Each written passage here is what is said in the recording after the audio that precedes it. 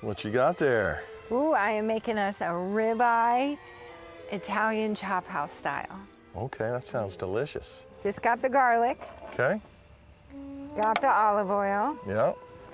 and I got my rosemary. Oh, you can't forget that. I know you are a big rosemary fan. Well, it's good for you.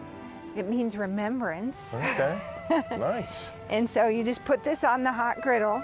And so on this one, you're using the Magma griddle, I am, because I want to sear. not the grill. Not the grill. I'm using the grill for our vegetables. Okay. And see how thick that ribeye is? You want to get some good crust of salt and pepper on top.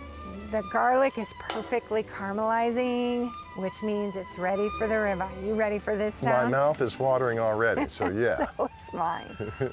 Seasoned side down. All right, so I just moved the rosemary sprigs and the garlic to surround this ribeye.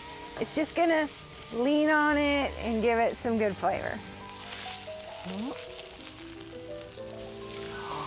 Oh, now that's what I'm looking for, that crust on that side.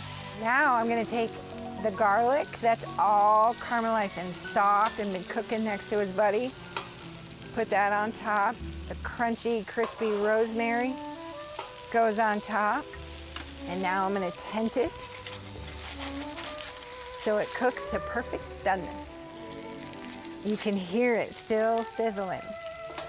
Ooh, I think it's ready. As soon as you take it off the heat, do not cut it. Resist the urge. I don't know if I can get through the whole thing without tasting it, Kev. All right, let's do it.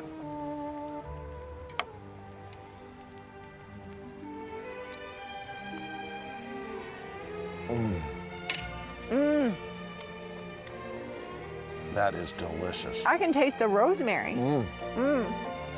That's good. Patrice, that was a really delicious meal. I love cooking for you. It tastes so good outside when we camp.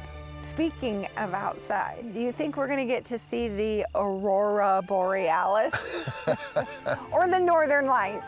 Yes, if we could head down to the shore of Lake Erie, we'll head down there now. It's dark enough. We'll see if we can see the Northern Lights.